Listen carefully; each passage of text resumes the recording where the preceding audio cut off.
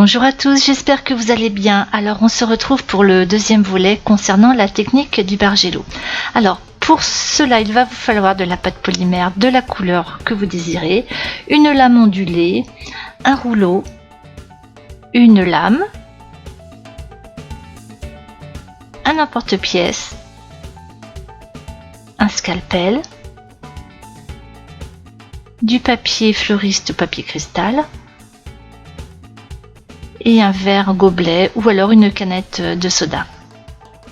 Alors vous allez commencer par bien conditionner les pâtes à la machine à pâtes au cran numéro 1. Alors à l'aide de la lame ondulée, donc vous voyez vous avez un sens de coupe, vous venez déjà découper une première bande. Et là, la technique va être de faire coïncider le creux avec le creux et les bosses avec les bosses. Alors, je ne sais pas si je suis très claire, donc je vous laisse regarder les images qui seront beaucoup plus parlantes. Voilà. Et donc, vous allez répéter cette découpe sur toutes les couleurs de pâte. Alors, en essayant bien sûr d'être le plus régulier possible.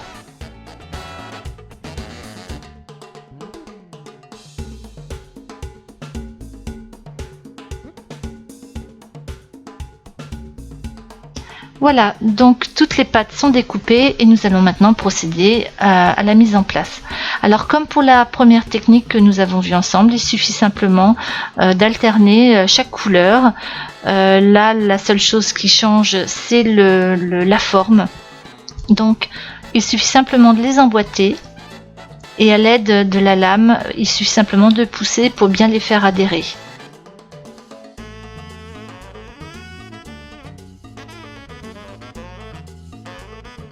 Voilà, et vous répétez la même opération pour toutes les couleurs. Alors, c'est vous qui choisissez le sens de vos couleurs. Vous pouvez repartir toujours dans un ordre régulier ou au contraire changer. Donc moi, j'ai choisi de faire un ordre régulier, donc de répéter toujours les mêmes couleurs.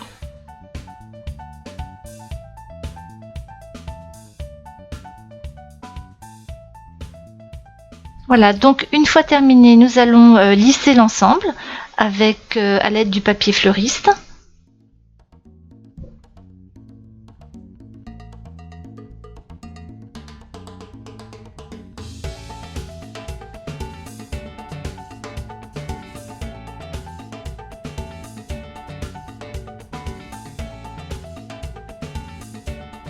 Alors là, je vérifie d'avoir assez de pâte pour pouvoir mettre mon emporte-pièce. Alors maintenant, nous allons procéder à la deuxième étape. Donc voilà, je mets propre mon carré. Alors, ça va être la partie la plus difficile pour moi à vous expliquer. Alors, il va simplement falloir couper dans les creux, dans chaque creux. Voilà. Mais maintenant, si ça vous chante de couper sur chaque proéminence, chaque petit bombé, vous pouvez aussi. Voilà, moi j'ai choisi de le faire dans le creux. Alors je suis désolée, j'ai voulu filmer en gros plan pour vous montrer exactement comment je coupais et malheureusement je suis restée hors champ et je ne m'en suis pas rendu compte. Là, voyez, je vous explique exactement où couper et malheureusement vous n'allez pas pouvoir le voir. Mais bon, une fois que... Bon, c'est pas compliqué vraiment, il suffit vraiment de couper dans les creux tout le long.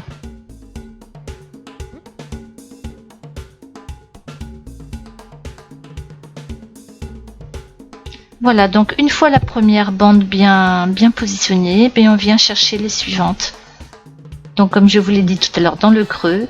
Et comme pour la première technique, vous venez décaler légèrement chaque bande quand vous allez les mettre en place.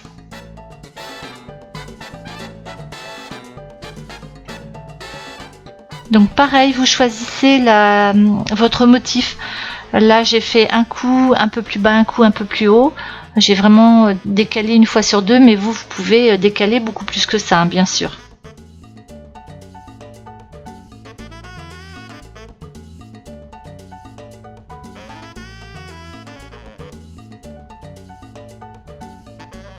Voilà, et comme tout à l'heure, à l'aide du papier fleuriste, on vient lisser les lamelles.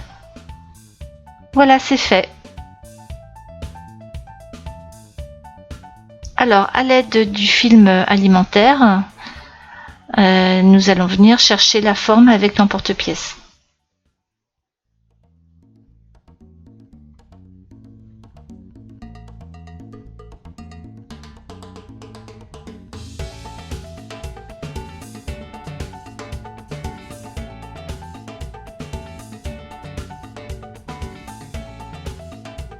Donc j'enlève délicatement le tour puisque je vais récupérer, puisqu'il me reste pas mal de pâte, donc essayer d'en récupérer pour créer un autre pendentif.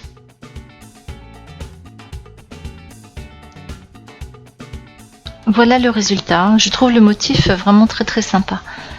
Alors j'ai refait un autre petit morceau en rajoutant du jaune, voilà, et ça donne quelque chose d'un petit peu plus lumineux, voilà, légèrement différent.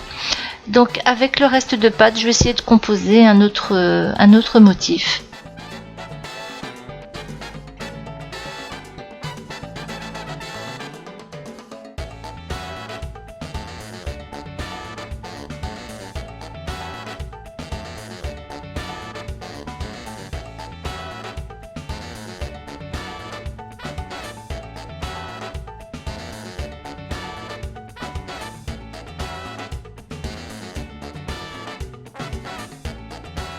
Alors comme j'avais du mal avec le grand emporte-pièce, donc je suis allée chercher la taille, juste la taille du dessous. Et là ça va beaucoup mieux.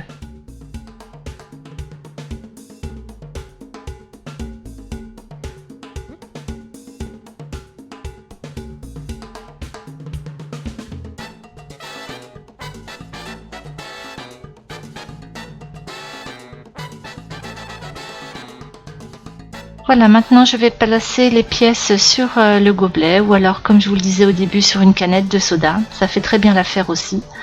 C'est juste pour obtenir une légère courbure qui rend le bijou plus joli, je trouve.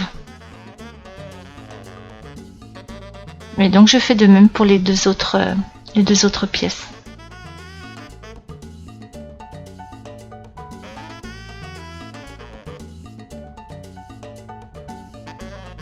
À l'aide de tout petits emporte-pièces, je viens créer des petits trous. Alors ces petits emporte-pièces, je viens de les rentrer dans ma boutique que je viens de créer, donc je vous donnerai le lien en barre d'infos. Voilà, si vous désirez obtenir ces petits emporte-pièces que j'affectionne tout particulièrement.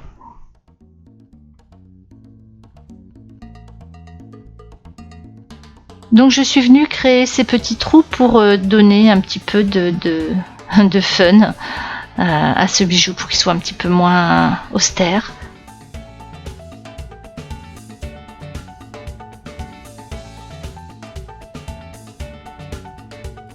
Voilà, ça lui amène un petit truc en plus.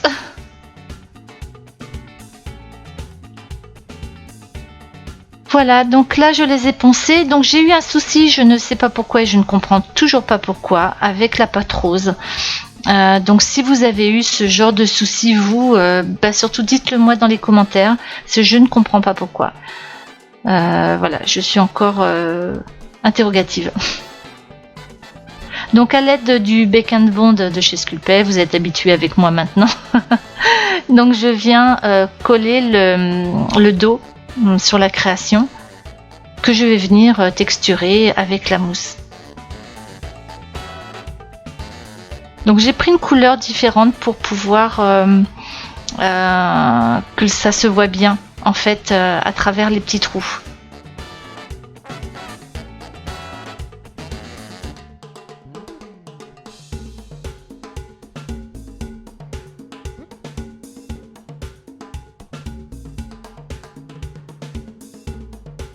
Voilà, maintenant je vais venir installer un anneau. Voilà, c'est un système de fixation que j'aime bien, qui est rapide. Donc c'est un anneau en acier inoxydable parce que j'apprécie dans un bijou, même si c'est un bijou fantaisie, mais j'aime bien qu'il puisse durer dans le temps et ne pas me retrouver avec une attache qui devient toute rouge. Ça, j'aime pas du tout. Voilà, donc avec un anneau en acier inoxydable, vous êtes tranquille, quoi. Le bijou reste joli longtemps. Voilà, maintenant je vais procéder à la mise en place sur la bague. Donc si vous avez suivi le premier tuto que j'avais fait sur la bague pois, donc c'est exactement la même façon de procéder, sauf que là la bague n'est pas ronde.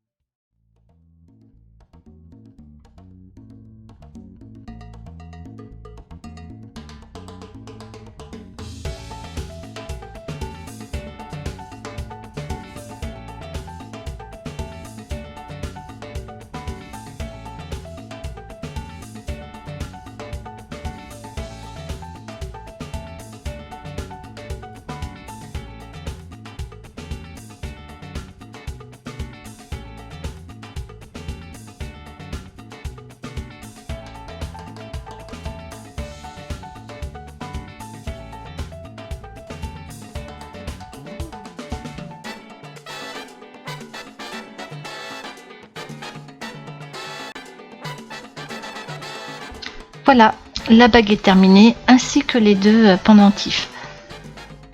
Donc un avec l'anneau comme je vous ai montré tout à l'heure, et donc le troisième avec juste un petit passage, voilà, un petit morceau de pâte juste posé comme ça.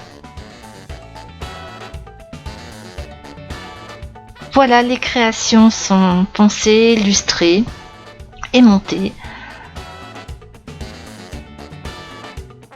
J'aime vraiment, finalement ce bague est un vrai coup de cœur, je l'adore.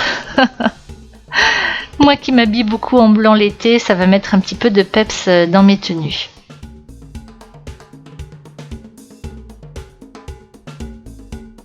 Et voilà, donc avec la couleur que l'on voit à travers les petits trous. Voilà, bien j'espère que ce tuto vous aura plu et que vous prendrez beaucoup de plaisir à réaliser vous aussi cette technique. Voilà, je vous embrasse bien fort et je vous dis à très bientôt. Au revoir.